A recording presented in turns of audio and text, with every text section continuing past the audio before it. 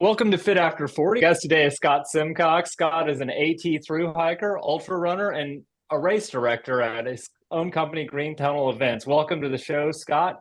It's good to have you here today. I kind of want to get started with you just talking a little bit about how you kind of came to where you are right now, and I believe that's through hiking.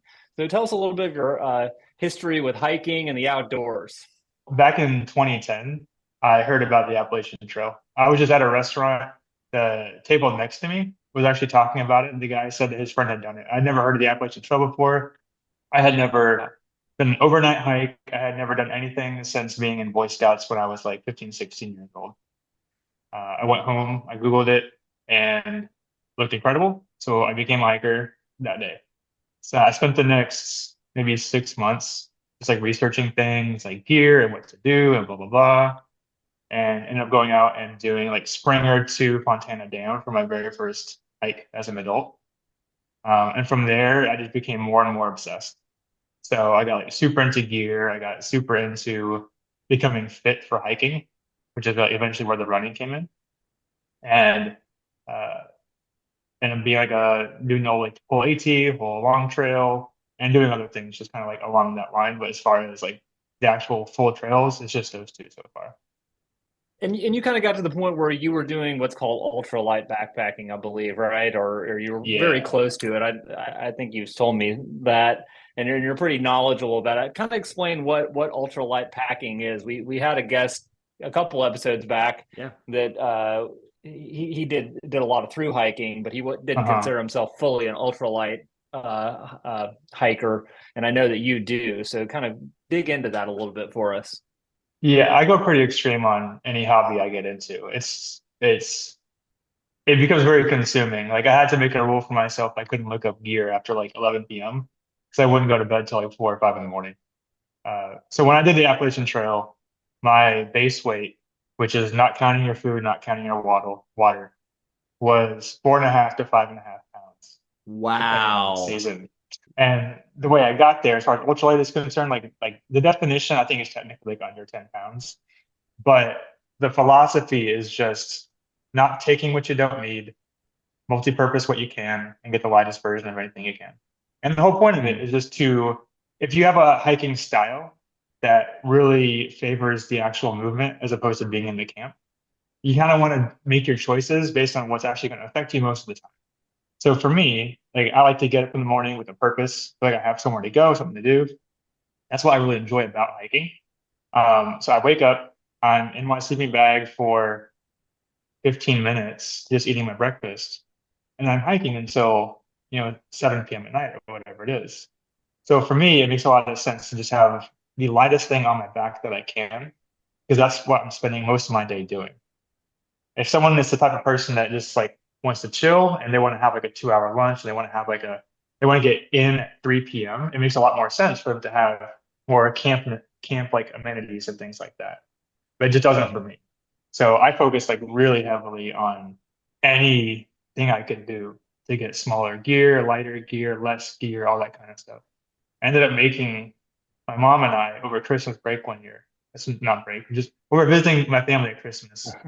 We sewed the pack that I ended up using for my trip hike. And that pack ended up being, I think it was like 11 ounces total.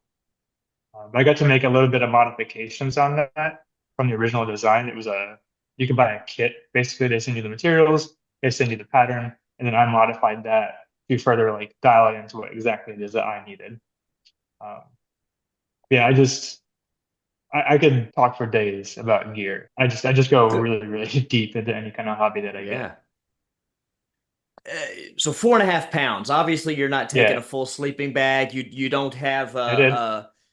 you had a full sleeping bag. Yeah. Quilt. It's a quilt, but yeah, It's a quilt. Okay. Okay. yeah. So no sleeping pad, I'm guessing. I had a pad. You did have a pad. What I didn't have was a shelter. That's the thing. Okay. So you slept in lean-tos or you slept under the stars? There was shelters every single night, and the way it works out on the Appalachian Trail is that they have shelters. They're every Right. sometimes 5 miles, sometimes 10 miles, and you just kind of got to work it out to what your mileage is going to be. Right. And the benefit of being in shape when you're coming into like something like this is that I have a lot more options than the average person. Like I can do a 15-mile day, 20-mile day, 25-mile day, upper 20s at that time is kind of what I was doing. So if I got to a shelter, it's only happened one time. If I get to a shelter at 6 p.m. and it's completely full of people and I don't have a shelter with me, I'm kind of out of luck.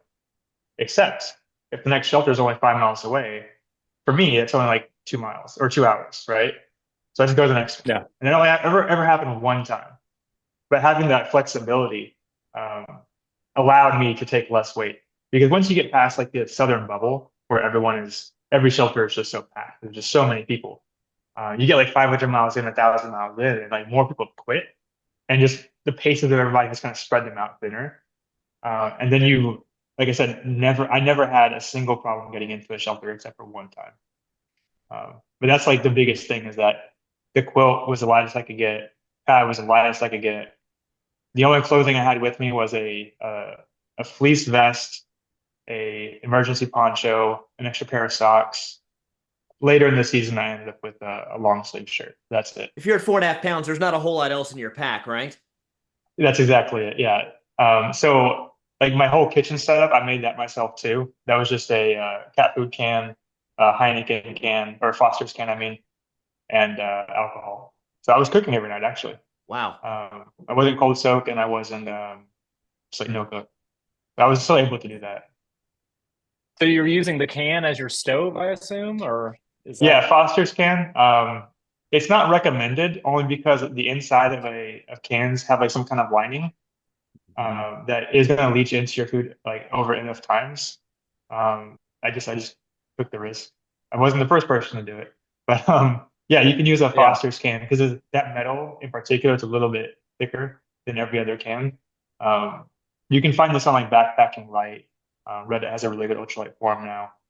But back in the day, it was predominantly Backpacking Light and a little bit of the Appalachian Trails White Blaze forum, but that was pretty not a ton of people really posted on that were like super dorks about gear. When you say Foster's, you mean Foster's beer, the brand of Uh-huh. beer? Yeah, Okay. yeah. So that can's a little bit bigger than most cans and a little bit Right. thicker. Okay. Huh, Cool. interesting. So what was it like hiking the AT, through hiking, especially in that ultralight thing? Because this is actually such a different perspective, really, than what we got with our last guest, because he did it the more kind of comfortable way, Right, I right. think, by comparison to you doing it in this ultralight way, where your focus is more on the actual hiking itself and less on I guess maybe the general experience of it. I don't know. I'll let you explain that, but what was that like? I mean, it was like it's very corny and cliche, but like it was life changing. It was very, very, very cool. It was exactly what I wanted to get from it. I got to wake up every day with like a drive and a purpose. And for me, it was, I had planned out where I was going to be that night. So I woke up and your entire day is just getting to that place. And Mhm. that for my personality, that just fits perfectly. So it was up until New York that I predominantly hiked alone just because no one else was going my pace.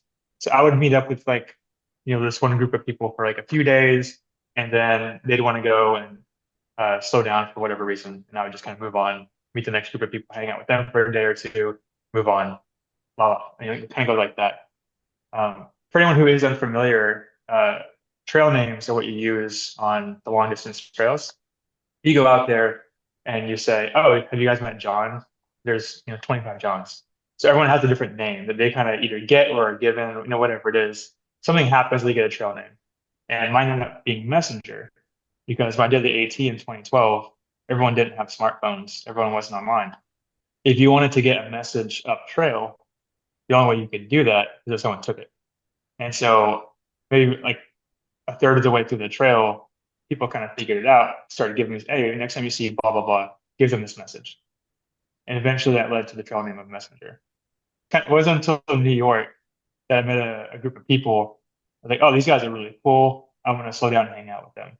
And that became like their joke, their claim to fame was that they slowed down Messenger because I spent the rest of the trail from New York to Maine with like some variation of this group of people.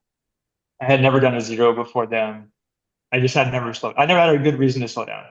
Um, but I got to do the trail how I wanted the entire time, whether that was going for miles, or eventually like just being social. The last, I guess it would have been a few weeks. Do you still keep in touch with them? A couple of them, yeah. Yeah, a couple of them. One of them I ended up going to do the long trail with him, just me and him. Nice. Just a few years later. Another one, it was actually only like a few months ago. We ended up having like a 2.5 hour phone call conversation because we hadn't caught up in a couple of years. And I just got some uh, RSS feed update from his blog that he hadn't touched in years and years. It's like, oh crap, I need to check in with this guy. And when you go through like a life thing like that, just anything important, right? Like if you had anyone that you were roommates with in college, any kind of important time in your life and you're with somebody, they're just important to you forever, right? So if I don't talk to these dudes for 15 years and I get a call from them, it's like we're just back to being friends again. Pick up the conversation where you left off. Yeah. Yeah, and we were together. Yeah. I tend to hike with people, not like do my own thing and be up there by the end of the day. So for some of these guys, like I was literally with them almost 24 hours a day, weeks, like towards the end, right? So you just get like so much shared experience that is it's a bond that's hard to break.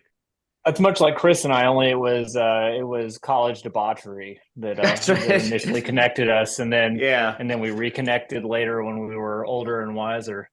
Wheeling kegs into dorm rooms. You said that you didn't take so did you go northbound, correct? Yep. Yeah. And so you didn't take a 0 to New York, you said. Is that right? Yeah. I think my first 0 would have been, I mean, potentially actually New Hampshire. Like the style that I have is that, let's say you got 10 miles until you hit a town. For me, that's what's called a Nero. I can get 10 miles in by 10 a.m., right? So I can get into the town at 10 a.m. I can eat lunch, I can eat dinner, I can eat breakfast, I can eat lunch again, then do 10 miles out of town the next day. I've had over 24 hours in town, which is basically a 0. But I still got 10 miles in both days. So that's a big way that not intentionally necessarily, but I mean, it was intentional. I wasn't like trying to get miles out of it. It just made sense for me. I never wanted to be away from the trail. Like I was there to be on the trail. I only ever did one hotel the entire time. It was hostels the entire time or shelters. So I wasn't trying to get away from it. I just wanted to be in it all the time. How many zeros did you take out of curiosity? Like, I mean, that were true zeros out of that. I'm just curious. I think it was 2. I have to go back and maybe double check. I think it was 2. I know for one, it was in on the north side of the Whites. So I had to wait for my friends to catch back up to me. Because in the Whites, the hut system there, for people who aren't familiar, you can kind of do a work for a stay at nights, and there's not a lot of places to camp there at all. If you haven't been to the Whites, it's very, very, very rocky. There are not a lot of tent sites, period. And the designated ones that have are pretty spread out. So what a lot of thru hikers will do is I come up to what's called a hut. You get there on 3 or 4 o'clock in the afternoon. You wait around for a while, and then they'll let you like sweep the floors, clean things, like do some kind of chore, and then they let you sleep on the floor overnight. So if you show up with 7 people, not everyone's going to get in. So we had to break apart our group, and I just kind of went ahead, did all the Whites, and then waited for them at the end, and then they took their 0. So yeah, I took 2 zeros there because I took mine for them to catch me. And they won the 0, so it was 2 zeros, just kind of chilling, watching the Olympics. Nice. What about now? I mean, do you still do any long through hikes? Have you done anything much, since then? I know you said you've gone on some hikes with these friends, but what about in more recent years? Or is that something just in the past for you now? I think it's in the past and in the future. When you go on the AT or any long distance trail, you're going to see a lot of people under 30 and a lot of people over 50 and 60. Like when you're in your 30s or 40s and you have your career or your family, like most people just can't get away. And I'm the same. I just can't get away for a month at a time anymore, which is what first got me into like actually doing ultra marathons, because now I'm seeing 100 miles of trail in a weekend when it would have normally taken me, several days to hike it. So I'm just kind of becoming more efficient, but I'm not completely let go of the trails. Yeah. So I think it'd be a good time then to kind of turn to that. So obviously you're still an active runner. I mean, I think that's, other than I've run some of your races, I mean, most of the time when I see you, it's when we cross paths, when we're running around Percy Warner, it seems like. Yeah. So, just kind of with that, tell us a little bit about your running history. How did you get into running? And why did you get into running? You've kind of hinted towards that a little bit, but just, tell us about that and how you got to that. Yeah. So the only reason I started running at all was to become a better hiker. And it started out just wanting to do like a bucket list marathon. It's like, okay, if I can do a marathon, I'll be in good shape for hiking. I can check that box and be done with it. Similar to like the gear and being like really obsessive about things. That I did a marathon, and you can compare yourself to like an average person. You're like, okay, the average person has never done a marathon, but I did the National Rock and Roll Marathon. I just got beat by like 10,000 people. So it's hard to feel special when you're like that far back in the pack, right? So like, okay, well, what else is there? And then that's when I heard about trail running. Like, okay, I'll go do that. And I did the one distance and the next distance. And every time I did a new distance, there was always the next one that I hadn't done yet. So I was always chasing like that feeling of being like exceptional in a way. And that kind of led me all the way up to 100 milers because until somewhat recently, that was like kind of the top, you know? Yeah. So I got into running only for the hiking benefits. I had never been even like being physically active my entire life, I never intentionally ran until wanting to be a better hiker. I have a similar story, I guess, with road running. Is except for the fact it wasn't because I didn't feel exceptional. I just didn't like the fact that with that many runners out there, you had to wait in line for the porta potties so long. Right. So I switched to trail running. Where everywhere's a bathroom, but the world is your porta potty. Yeah. Oh, what was your first ultra? Where was it? It would have been Black Toe, and I would have Okay. Technically not a DNF, but I wouldn't have made it all the way. And then it would have been Lake Martin, which was a true DNF. And I think it would have been Music City 50K. That would have been my actual first finish. I have to go double check the ultra sign up on that one. Sure. I remember looking this up somewhat recently that 6 of my first 8 races were with John Harden. Oh, cool. Yeah. Also a former guest on the show. Yeah. Yeah. I like John. No, it's good. So when you say you wanted to become a better hiker, faster hiker, just general fitness, or did you have a specific goal in mind? Yeah, it was just having is feeling capable. I don't want to go out and do something and feel like I don't want to feel like I'm not good at it. So like when it comes to like my style hiking, like I said, if I can do 25 miles, I have a lot of options. I don't have to do 25 miles. But if the shelter's 22 miles away, I don't want to be someone who can't get there. You know? So I had to come into it feeling like I wasn't going to be overwhelmed or unprepared. And it led me to just training a lot to be ready for that. It's a pretty persuasive argument for improving fitness in general, isn't it? Yeah. Just to feel more capable, feel like you could do it. Yeah. Well, I think that's, sometimes people will criticize ultra running or just people that run long distances. Like, well, you don't really get to soak in, the environment around you. But I always say, well, you just get to soak in more of the environment faster. So, it's, and I suppose that would translate to your hiking too. You want to, in the way the style you talk about how you hike, hitting heavy miles every single day, you're just getting the most out of your time with it, really. And for sure. And it was never as if I like wanted to look at a view longer. I couldn't. I didn't allow myself. Like if I saw something cool, I would stop and look at it for as long as I wanted. But maybe it's just my personality. But if I looked at a view for 20 minutes, I'm not going to get more out of it for an hour. I got my fill. It's not like I wasn't looking at stuff. But yeah, that's a very common comment that people make or assume. That people who are doing a lot of miles or going fast, whatever it is, they aren't enjoying it the way you're like supposed to enjoy it. But which I don't know. I that one kind of bugs me too a little bit because there's a special enjoyment to moving through the natural environment swiftly, I think too. And that's its own thing that's just as enjoyable, I imagine, as sitting around, because I don't like to sit around for very long either. So I kind of get you there. I guess then this all led to the fact that then you went to starting a race directing company, and you started your own races and so on, and you've got your Green Tunnel Events is your company. So how did that that passion for hiking that turned into running turned into wanting to, I guess, do this for more people and offer these kind of opportunities for other people? So as my profession, I've been in the events business for a very long time. Um, I've been like basically a banquets manager for since 2016. So I started my company around 2020, late 2020. And the two things that I know are the outdoors and I know events. So pairing those two together into doing something that I really enjoy, to me, just eventually made a lot of sense. And it'd been in my mind for a couple of years before that, but I just didn't have the time to do anything. But coming from an events-based business in COVID, I suddenly found myself with a lot of time.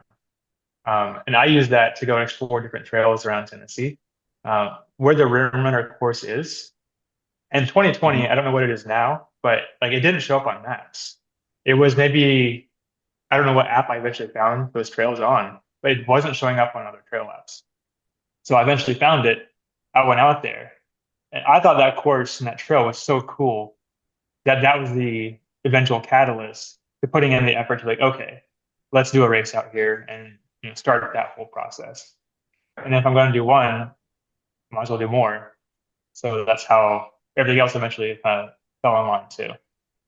So dig into that a little bit. What races did you have? Because you mentioned Rim Runner, and of course, I'm familiar with Rim Runner enough that I'm wearing a hat right now, my favorite hat of all time. So much so that I lost it and had to get another one from you. And I've run that race 2 times, and then the one time it didn't happen. But you've got a couple other races out there. So kind of go through your races and what they are, what kind of races they are, and where they are. Yeah, I'll get that too for sure. So Rim Runner is like an hour and 45 minutes. It's a lot closer to Chattanooga than Nashville, but it's basically kind of in between the two. It's by Sewanee. That was the first race we ever did. It was 25, 50, 100.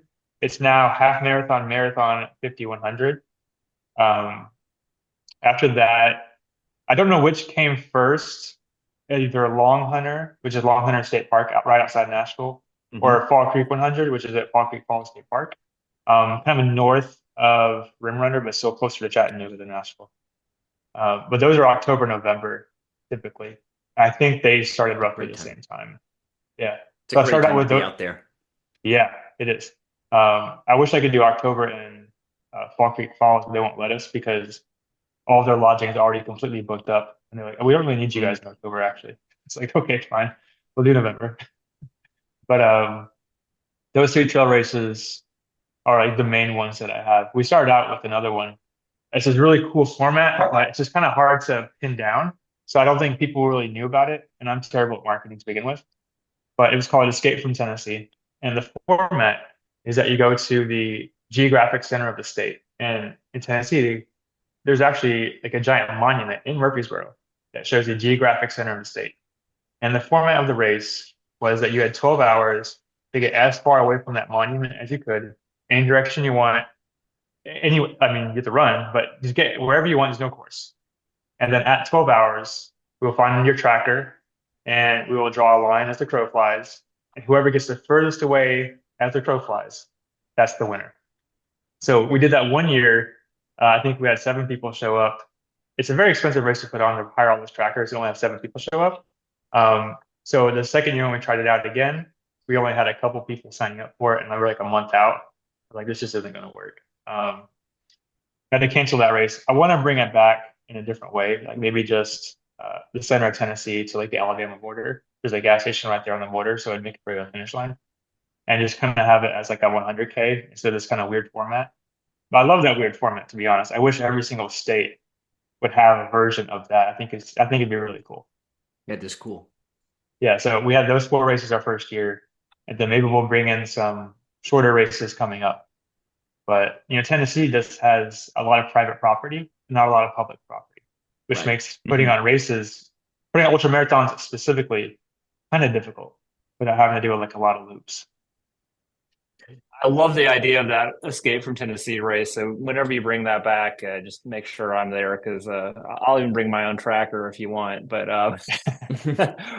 or donate to the cause at least. But That sounds like an incredibly fun idea. And also, I love that, Fall Creek Falls is probably, one of the most iconic parks in the state of Tennessee, I So would say. beautiful. It is, yeah. And that's awesome that you get to do a course out there. It's a race I haven't ever run of yours, but I've heard really good things about it. And I imagine is that a really popular race because of the location? The longer distances, actually, yeah. There are other people in the park that do shorter distance races. But just the way that their trails are set up, and especially with the last couple of years, they've actually had a lot of trail damage that there aren't a lot of different ways to make courses there. Without seeing a picture, it'd be hard to visualize it. But Yeah. once like one bridge goes down, it cuts off like miles and miles of trail. There's only one way to access it. Things like that. It's a really cool park, and the 100-mile distance is more popular there than at Rim Runner. But I would say the shorter distances are more popular with Rim Runner than at Fall Creek Falls, for whatever reason. While we're talking about kind of the logistics of a race, maybe we could unpack that a little more. So when you're planning a race, where do you start? As far as like the creation or like Yeah. the next race we got coming up kind of thing. Yeah, the creation when you're planning a brand new event. So let's say you want to do a race, maybe you've got your distances in mind, but where do you start with site selection, with logistical planning? Like where do you even begin with all that? So the first thing that I do is I would be online. If I haven't already heard of a trail and in this general area, like I've at this point heard of pretty much everything we have available. I'm just online like searching out anything. And I've been through this process for several years at this point. After that, I have to actually go and see the trails themselves. So there have been 3 locations that I went to, 2 of which that I went and I ran what would be like the majority of the courses, and I just didn't feel they were inspiring. Like the mileage existed, the logistics of putting on the race there it all existed. It just wasn't like, is this something I really wanted to bring people to? And the answer ended up being no. And that really sucks because especially like when I was first kind of starting out with race directing, again, similar to everything else, I'm like, okay, yeah, let's get 10 races on the books. And it didn't work out that way because I would go places and it just wasn't good enough. I'm not going to take someone somewhere that I don't think is worth them traveling to. So I had a couple places like that. And then one place that I do think could support a good race. It would just take a lot of local effort. And the location is like 4 hours from here, from Nashville.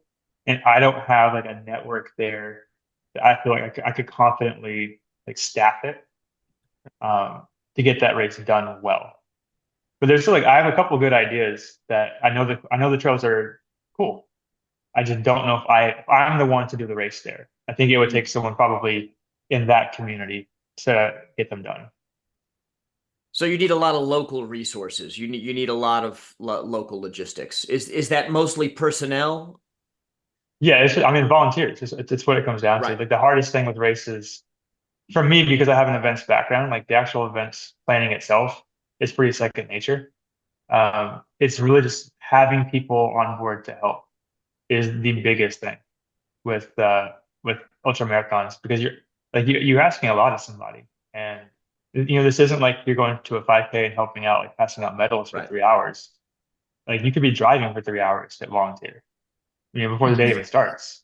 It's a lot, and I would like strongly recommend if anyone anywhere cares about like their local races, like help the RD out by volunteering because they're probably like hoping as the weeks come closer to the race that somebody says yes or answers an email, whatever it is.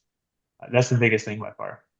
And that is so true about, volunteering these races because it's not like being a race director is a super lucrative career where they can Right. just spring on all this staff. I mean, it's really almost it's a passion project for most of you guys, I think. I mean, you have to bring, a lot of people along and you need all that the people, but at the same time, you don't have the money to pay them and obviously make these like, affordable events for people to participate. So trail running, even at the racing level, is a community thing unless you get to, obviously like, something that Ironman buys or Lifetime Fitness buys and makes completely commercial and blows up. But Yeah, and you can look at races that are in like this side of the country versus like the west side. You go and you run a 100 miler in like Oregon, like you're paying like a minimum of 350.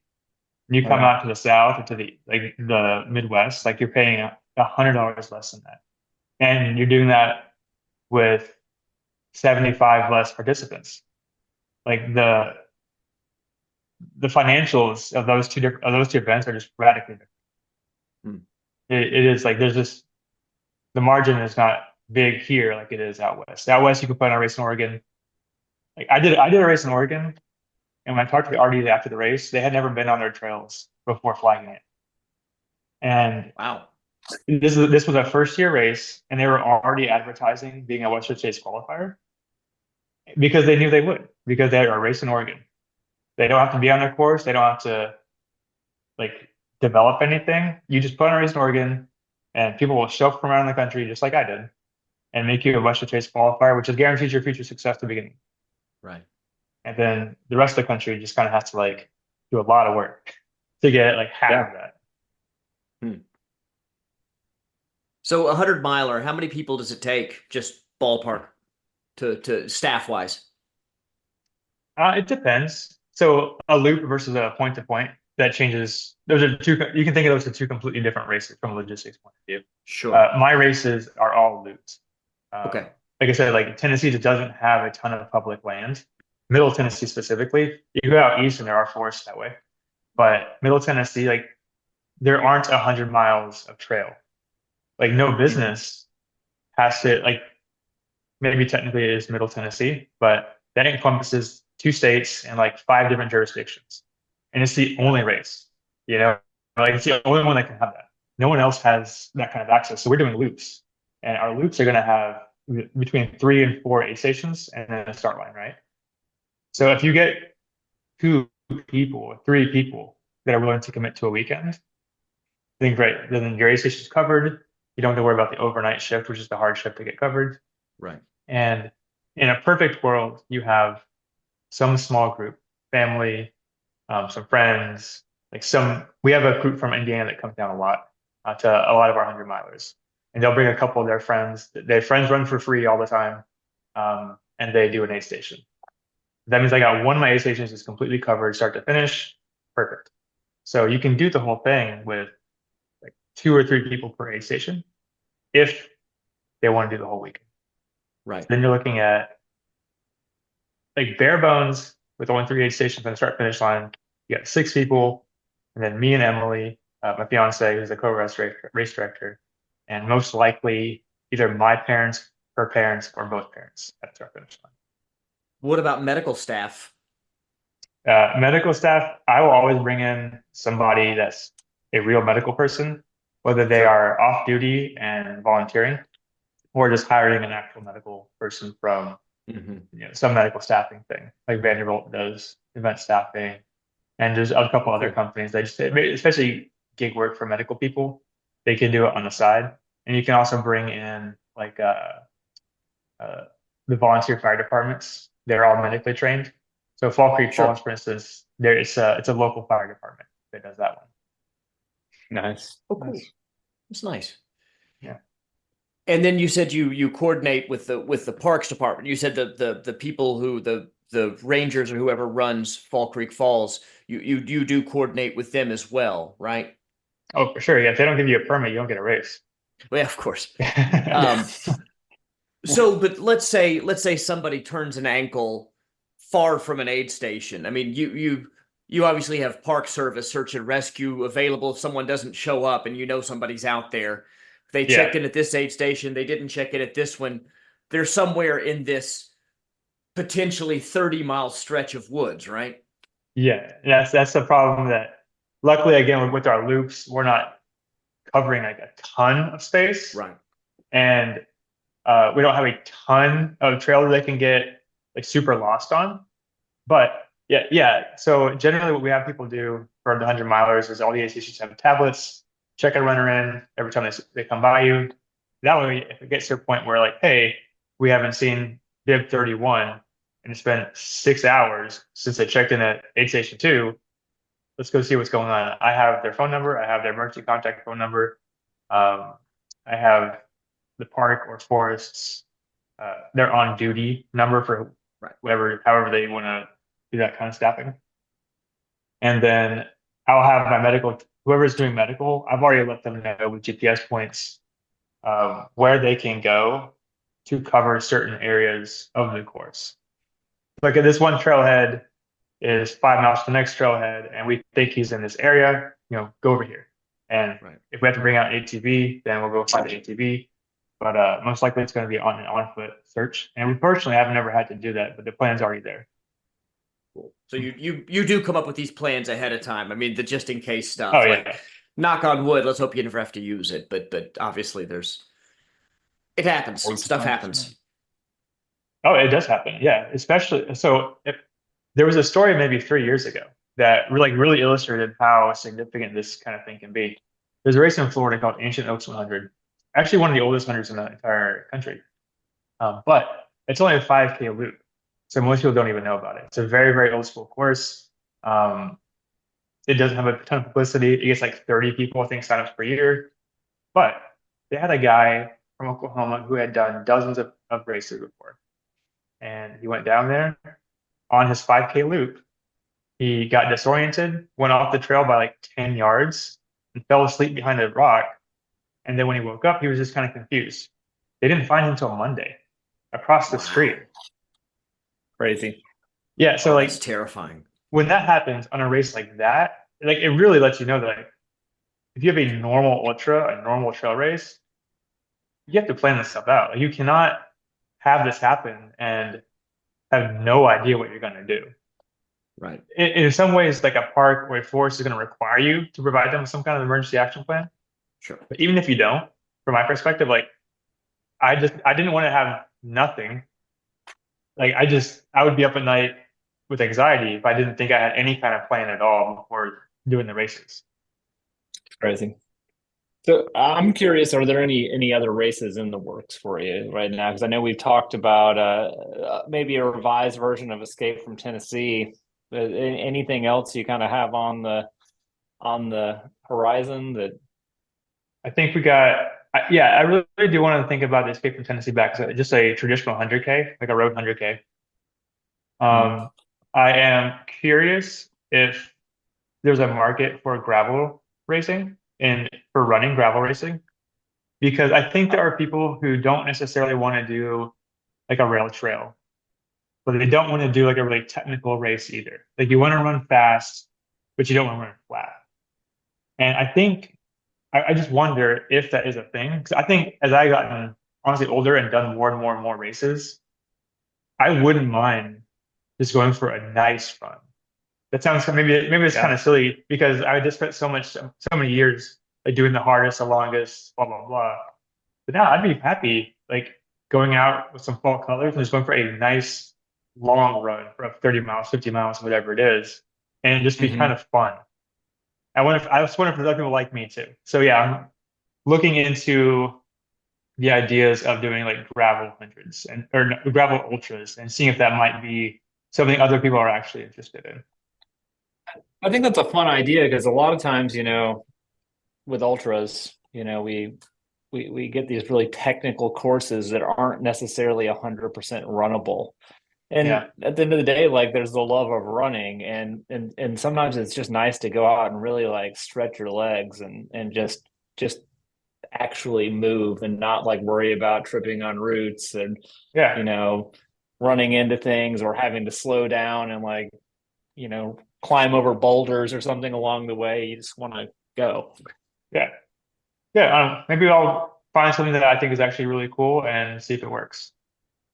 Good idea. If you're interested in looking up here in Pennsylvania, I could tell you that there's a huge state forest near where I live that they do a gravel century ride, bike ride through that forest. So there's miles and miles and miles of gravel roads that outside of hunting season do not really get used other than for the occasional bike race.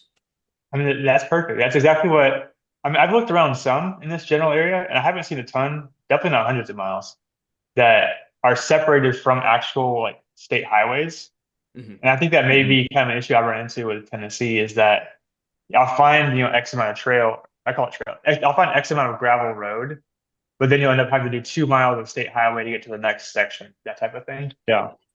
And that's like my preliminary research so far I felt limited in the feasibility of runners on roads where people are going like 60 miles an hour. It sounds like a bad idea. I probably would not want to do that. If I can ever find like a section that stays separated from that type of environment, then I'll be onto something.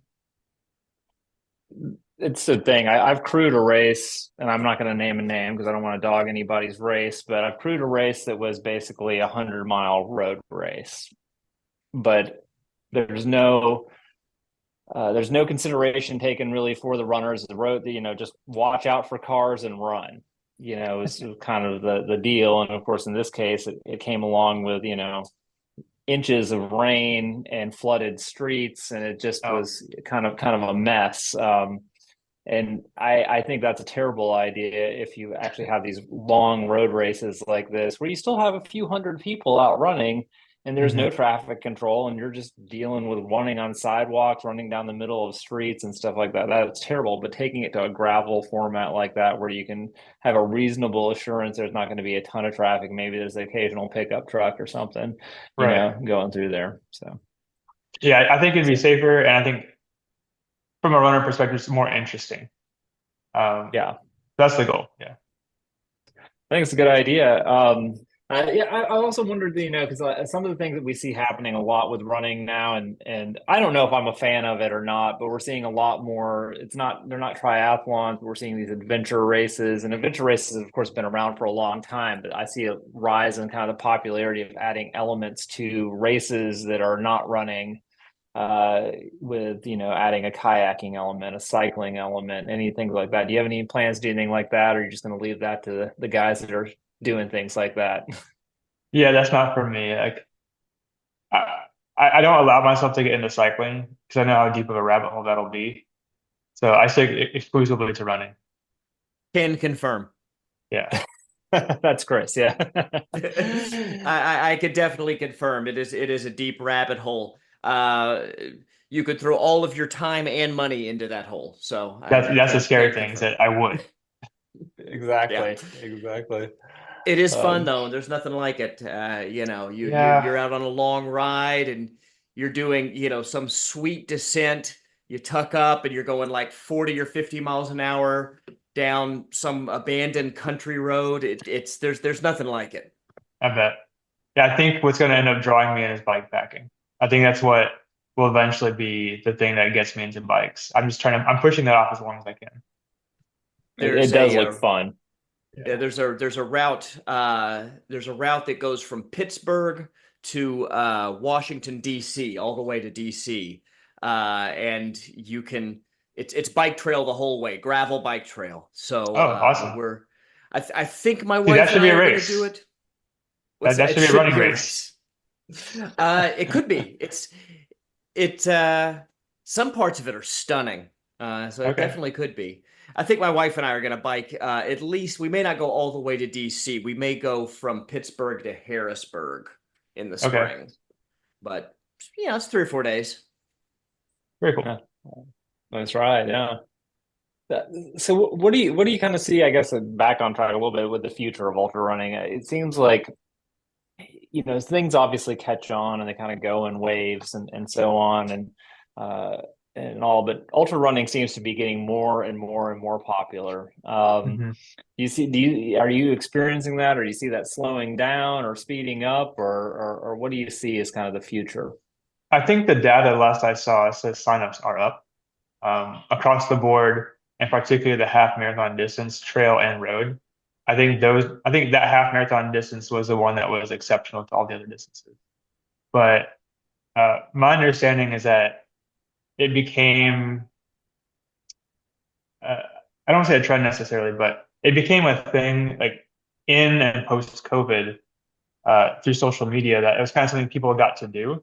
So influencers kind of turned to running and ultra marathons as like the thing to get attention, make content. And the entire sport saw a small boom because of that. The first year we did Rim Runner, it was won by a guy who had never done a race before.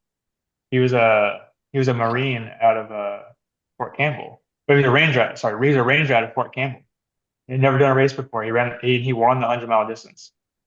And I Wow. think people like that are only here because of David Goggins or Nick Bare or Cameron Haynes, people like that. Like I think they've had a bigger influence on ultramarathons than, maybe not Courtney, but like Jim or Courtney, because runners know them, but non-runners don't. Yeah. Non-runners know these influencers who go out and they say, I ran a marathon, 3 days of training, or I ran a 100-miler and I'm a big jack guy, things like that, right? And then Yeah. hundreds of thousands of people are watching the content and coming into our sport now, which is fun. From my perspective, most of them are going to show up, realize it's really hard and quit, and that's fine. They found their limit. That's what we're all out here doing. So I don't really Mhm. gatekeep it in the sense that like, they don't deserve to be out here or blah blah blah. I'm totally fine if you want to go to a race and DNF, in my opinion. I think most people are going to DNF before they get injured because most people aren't David Goggins. So it's not really like a concern from an RD perspective or from a community perspective, like as a runner either. But yeah, I think our sport's going through a pretty big boom. We're seeing a lot of commercialization changes for the top of the sport, but I don't Mhm. think it's going to have any effects. I shouldn't say any effect. It's not going to affect most local runners. Like Grindstone obviously changed, and that was like an iconic Southern event. But 99% of races, they can just continue on being themselves. The existence of like more commercialization is going to be good for certain demographics. But as far as Rim Runner or Fall Creek is concerned, like I don't change anything I do because of that. The people who are going to sign Yeah. up for my race and someone's going to sign up for a 1,000 person UTMB race, those are probably just different people.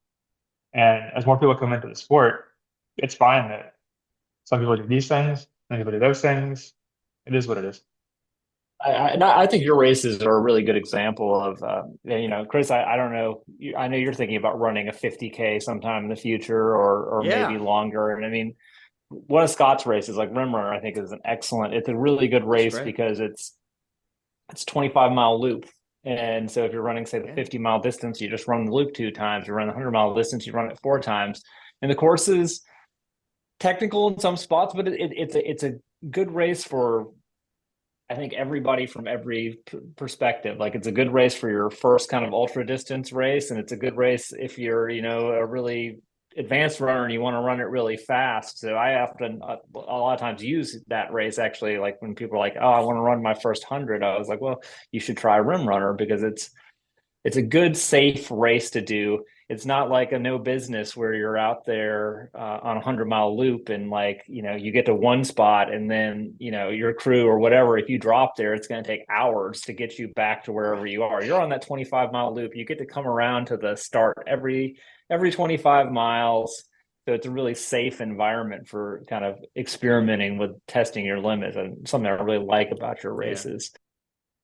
If you could hypothetically do a race anywhere in the world, let's money's no object, permitting is no object. You could plan your dream race.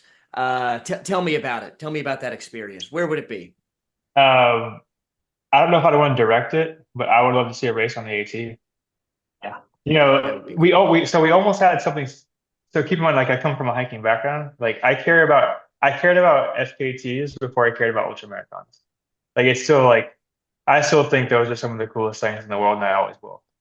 A couple Yeah. years ago, we almost had a race on the Arizona Trail um, with String Bean and what's that guy's name?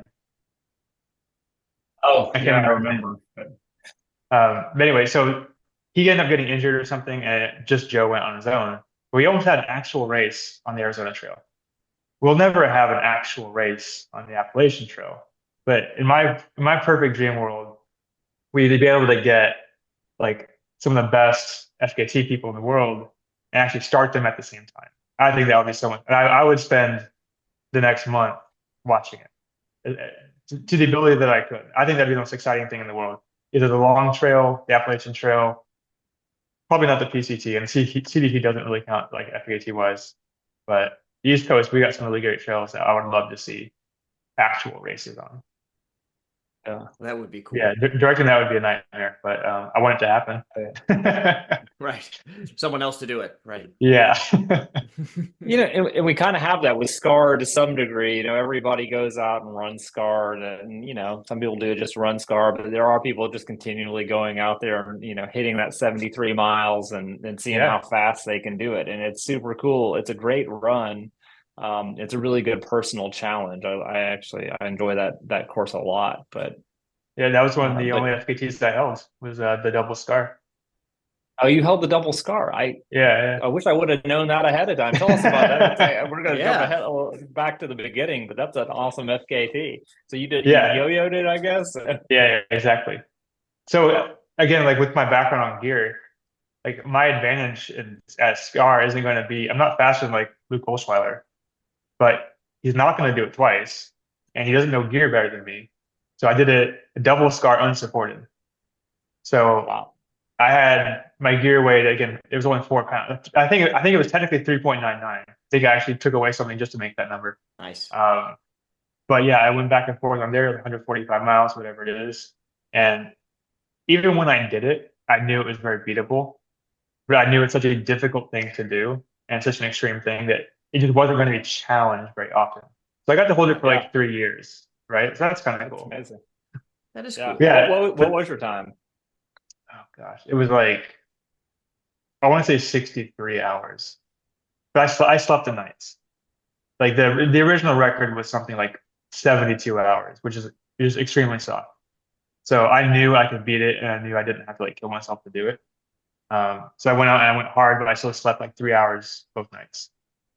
And at this point, you can't do that anymore. Like that record should be like 50 hours. I think it's currently like 53 or 55, but it should be 50 hours, in my opinion. Huh. That's a cool story. I had no idea that you held that one for a while. It's awesome. Yeah. Do you have any fun stories about some of these races that you'd like to share? Just a standout story or a memorable moment? A silly like memorable moment is actually just like when people finish and like their kids run up to them and then they start crying. The parent starts crying and the kid starts crying, and then you have like a little cry huddle. That's always like, it's funny. It's like emotional, and it's also kind of funny because of the way they play off of each other, and like it starts one and it starts the other, and they kind of go back and forth, and it builds. And that'll happen at pretty much every single race. The guy who came and set the course record for the 150K last year, in 2022, he finished Fall Creek 100, and at the finish line proposed to his girlfriend at the time. And she actually came out this year and ran, I think it was the half marathon. So they're local. That's and awesome. yeah, having them, that's on video, I think actually on our Instagram. Emily just happened to have her camera out when that was happening. That's definitely a memorable one. I mentioned the people that come down from Indiana to volunteer. I first kind of got to know them because one of them did the 50 miler at Rim Runner, and they had come down to the group. One of the guys just kind of having a bad day. That first year for Rim Runner, big storms came in. Basically, as the 50 miles were finishing, the 100 milers just had like a nightmarish overnight, and it killed everybody. But this 50-mile runner finished his race, cooled down, ate, changed, blah, blah, blah. His friend comes in, is looking terrible. So he gears back up and paces him until the guy ends up being nothing. But he got up there and did like at least another loop. I think it was maybe a loop and a half. And that is where like I first kind of met that group of people, and seeing someone come out and do their whole effort, and then see their friend need help, and then go out and do it 1.5 times again. That was really cool. I still think that was 2021. I still think that's really impressive. Yeah. And that year was hell, because I was running Stillhouse at the same time, and that rain was just okay. I mean, that was terrible. That was a terrible day to be running, and so that's amazing. I can't imagine after finishing a distance wanting to put your clothes back on and get back out there and get more of it. But that's the amazing thing about running ultras, though, is it just makes you do so much more than you think you can possibly do. And you've got a community of people there that are like pushing you to do that thing. Nobody wants you to get hurt, obviously, and push yourself too far, but you do have people where you might say, hey, I'm done. And that's probably, as being a race director, I'm sure you run into that, because you're the ones that are kind of pushing these people and saying like, hey, you can do more than you think you can. Mhm. And being part of that has to be an amazing feeling every time you do a race, I'd imagine. Yeah, seeing people finish, like it's the best part. Like race directing and truthfully volunteering, I'm not just saying this, like it is so much fun. Doing volunteering on a looped race specifically, where you get to see somebody more than once, you become Yes. so invested in their race. Like especially like the people that are not doing well. Like the people who do great, cheer for them, but they're doing their own thing, they're gonna be gone in 10 seconds, right? But the people like the Yeah. middle to the back, or who start out in the middle and become the back, like you get so invested in whether or not they're going to make it and taking care of them and helping them and being a part of their success. It's a lot of fun. It's more fun than I think anyone realizes before they do it. Yeah, but race directing It you get, really is. yeah, and race directing you get to be at the finish line more. But with volunteering, you're actually there at different parts of different parts of their race more often. You get to talk to them more often. So as a race director, Mhm. I could be here, I could be there, I could be there. I'm kind of like spread out. I spread pretty thin. I don't Right. get to like get as invested in every person as a volunteer does. I don't get as much time face to face during a race. And actually, this last weekend, Joy and I, my wife Joy and I, were at Long Hunter volunteering at kind of this central aid station, and we got a lot of experience. And it's really cool because, like you said, we got to know like so many runners because they passed us Yeah, sometimes up to 5 times during that course, Right. and one of them, one of them was struggling a little bit, and I was just I decided to just run down the trail to see how many runners were left, and I got to have that experience you're talking about where she was struggling, but she was a really well conditioned ultra runner. Just sometimes ultra runners have bad days, and this was a bad right. day, and so just having that experience of just walking it in with her, and then seeing her still, she was past the cutoff, but she wanted to finish that race, and Yeah, so yeah, she did. She made it to the end, and followed through, and it's just a tremendous experience to watch somebody. They're hurting, but they know they can make it, and then if you can just give them a little bit of encouragement. I don't know how much it helps, but I do know how much it helps because I've been the person yeah, needing the encouragement, yeah. and get them over that line. It's a pretty good experience and a really good reason to volunteer for races because that's how you get to have those experiences. Yeah, it's a lot of fun. Well, what advice would you give to somebody trying to run their first 50 or 100 miler? Maybe a guy like me who's done a couple of half marathons and done a marathon distance before, but not a whole lot above that. Where do you start? Start with just getting miles on your legs on a weekly basis. That's the foundation of all ultras is just time on your feet. And as you become like more conditioned, like real training can take over. But as long as you're just getting miles on your feet, I think you'll be able to finish a 50K or 50 miler in almost all conditions. After that, from a race structure point of view, and seeing someone be successful at races, and seeing people be unsuccessful at races from what I consider to be like preventable causes is read your runner document when they're already sent it to you, and put the GPX on your phone or your watch.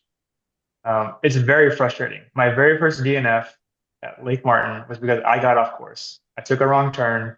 I did an extra 10 miles. And in that 10 miles, I mentally defeated myself, even though I was probably physically capable of finishing that course. But I quit. And I've seen that happen at my Mhm. races too. People get off course, and it's so frustrating to get off course that even though you're physically capable of doing a 52-mile race or 53-mile race, when you sign up for that 50 miles, you just spent 45 minutes being so pissed off that you just don't want to do it anymore. It feels So awful. it does. It It sucks. I've feels awful to get been lost. there, and I try and tell people before races all the time, like, have the GPS file available to you. Be able to look at a map. Literally, just look at a map of the course. I've had people ask me questions that are very surprising for people that have signed up for ultra marathons, like just how little they know about what they're about to do. Right. And even if you just understand the general shape of your course, it can guide the decisions you make while you're out there about turning left or right. You have the question, right? But I think your success is based on, first off, just getting miles on your legs.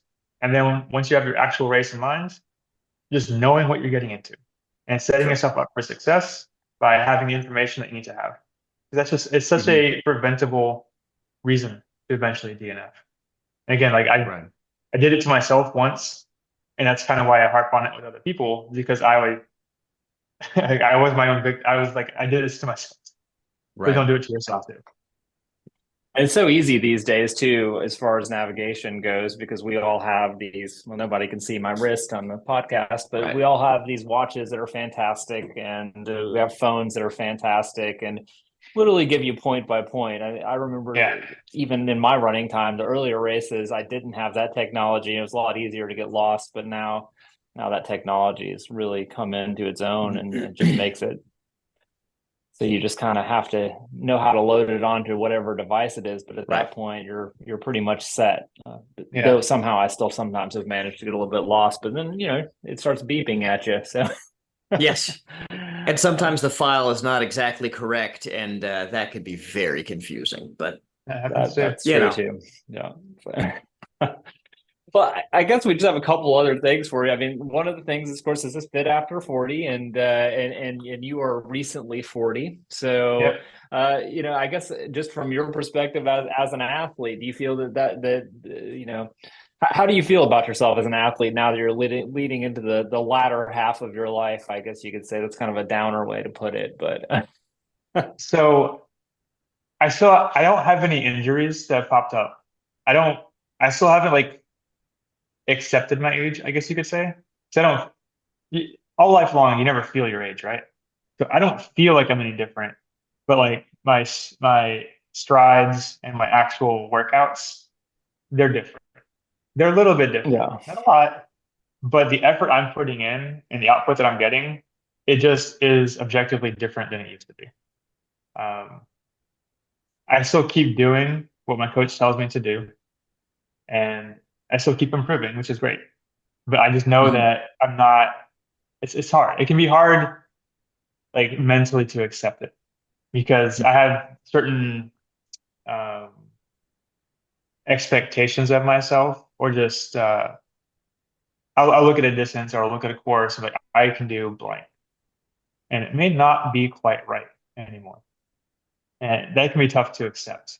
But I haven't had, like I said, I haven't had any injuries, so I'm going to keep doing what I've been doing so far, and it's been working out for me.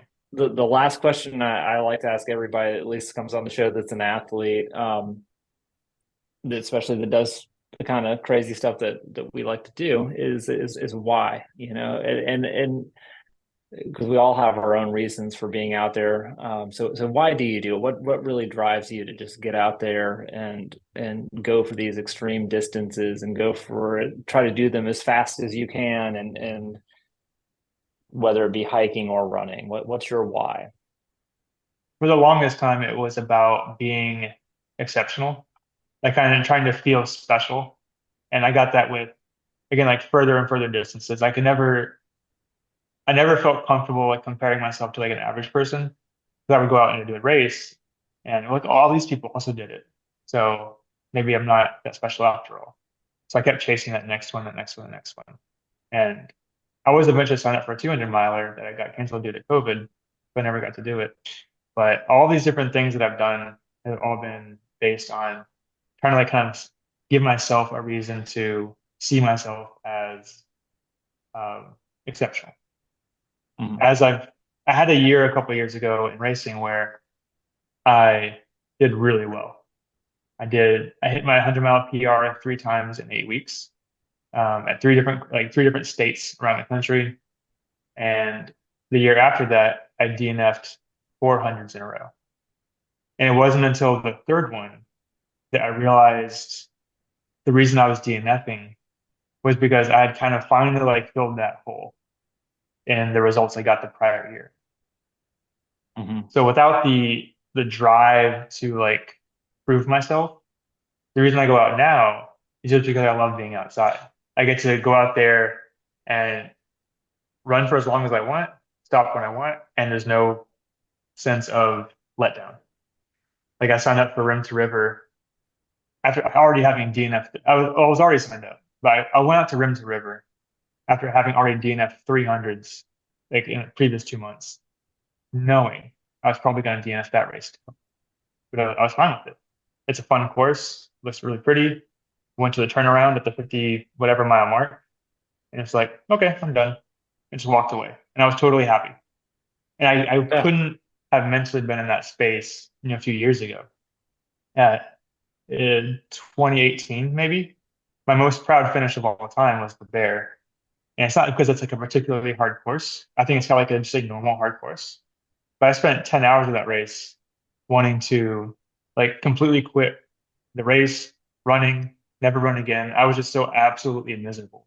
But the finish meant so much to me back then. So I hadn't like reached that sense of enlightenment, I guess you could say, yet. And now I can go out and I can quit whenever I want. If you have a great course, but you don't offer a 50-mile option, I'll sign up for your 100-mile and I'll just quit. I don't care. Right. Like I'll go out and I'll see what I want to see, and then just be like, okay, I'm done, and go home. Got And I nothing to can do prove. that. Yeah, and I can do that now. I'm not seeking internal approval anymore. So it's like a whole different relationship with running and the outdoors, because it's always been in some way or another tied to like accomplishment. And now I fulfilled that. I can just go out and just be outdoors to be outdoors, which is really cool. Yeah. I had the same running coach for like 6 years at this point. And like without her, like I couldn't have ever like reached that plateau. Not plateau. I could have never like broken through that ceiling. And I let her know about it too. Like it's just, I'm very happy to be where I am and be able to enjoy the outdoors in a completely new way. It sounds like in a pretty new way relative to like how I had always had it before. That's great. I love it. And the fact that running, kind of stimulates some personal growth in you from one thing to another, is great. And once again, thanks for being on the show today. Do you have anything else, Chris? Or are we? Thank you for taking the time to talk with us. We really do appreciate it. Of course. This is great.